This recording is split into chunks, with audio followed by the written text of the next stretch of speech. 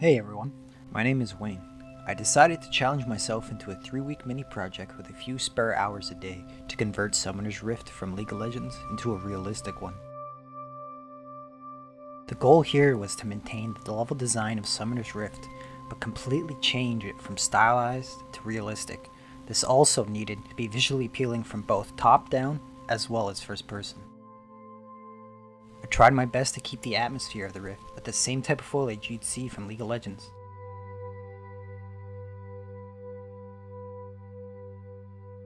I believe converting stylized visuals into realistic ones is a great way to hone your skills. Since stylization tends to be simplistic, you have to add details which were previously not there. This will force you to add upon the initial design.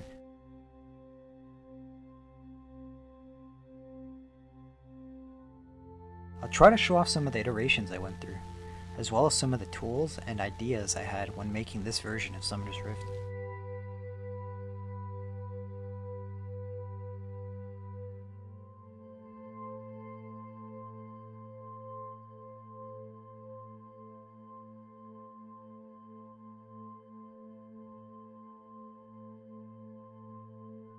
If you enjoyed what you've seen thus far and would like to support my indie title's development, consider pledging to my Patreon.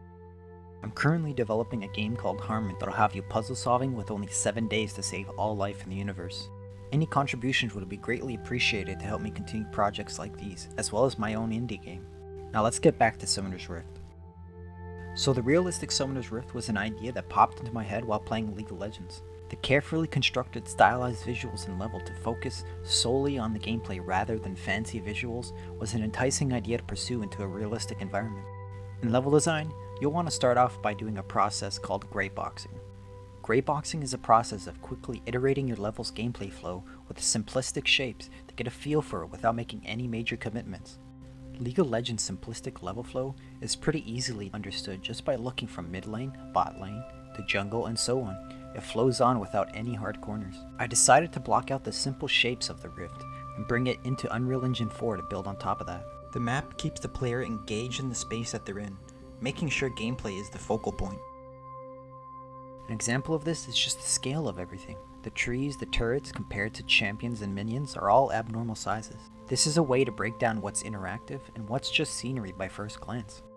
This was the challenge I wanted to take, to keep the gameplay flow of the map while converting it entirely into a realistic environment. I gave myself a time limit of 20 minutes to block everything out from a high-risk screenshot of Summoner's Rift. Just having this simple block out, even just doing a fixed camera angle environment, will really help you reduce on wasting time in the future.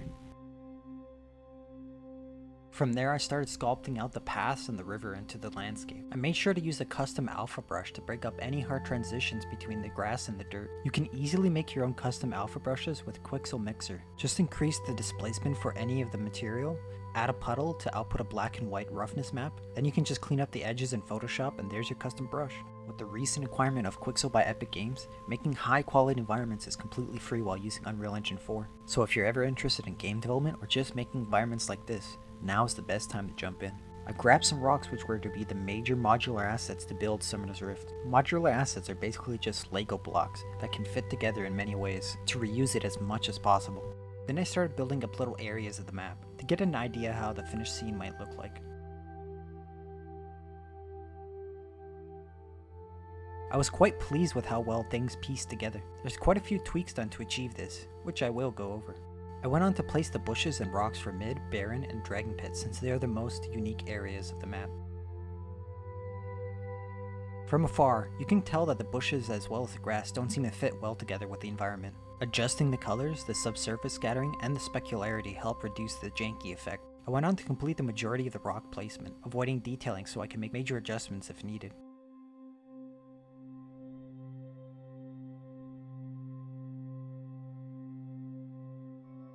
What was also important was scouting the map, find any areas that I wanted to detail further to become my hero shots.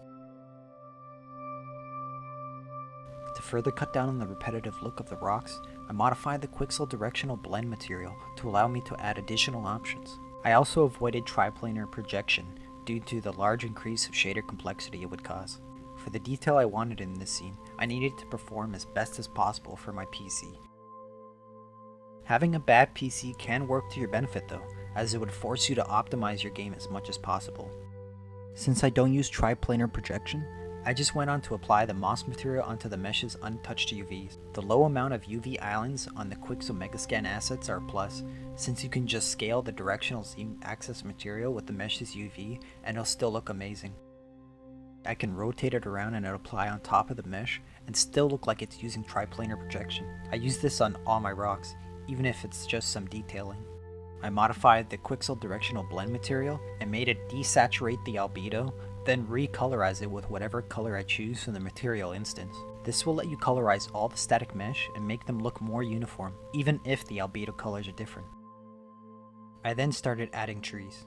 League of Legends uses a stylistic fir tree for the entirety of the rift, so I only needed one. I can give them variety by rotating them around, scaling them, and tilting them. Tilting them away from the path gives an unobstructed view of what is important, because the entirety of the scene needed to work from multiple angles. The rest of the scene was just detailing by placing Megascan assets, creating custom textures, custom trees, and creating additional tools to speed up the process.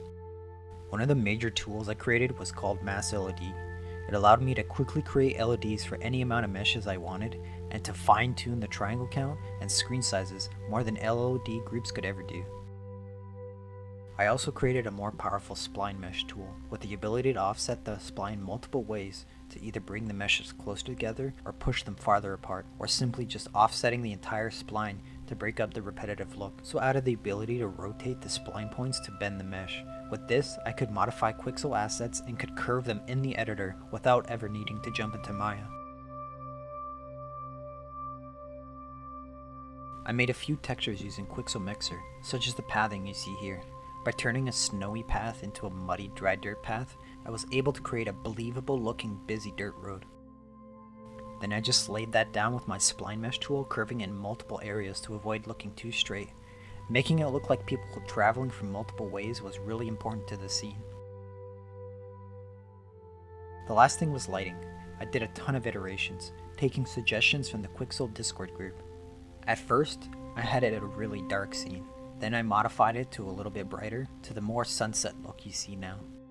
Once I got the lighting to feel right, I went on to adding fill lights. Fill lights are basically a way to paint lighting into places you'd want, sort of like a global illumination, but you have a lot more control of it. I turned off the cast shadows so I could place as many as I'd like without any performance costs.